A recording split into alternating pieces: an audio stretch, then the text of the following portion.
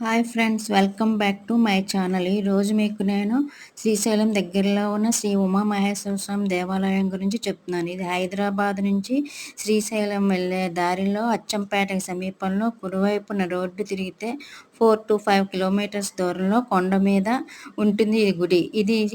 ఈ గుడి పేరు శ్రీ ఉమామహేశ్వర స్వామి దేవాలయం. ఇది చాలా పురాతనమైన శివాలయం. ఈ గుడి చాలా ఫేమస్. ఈ గుడి గురించి చాలా మందికి తెలియదు.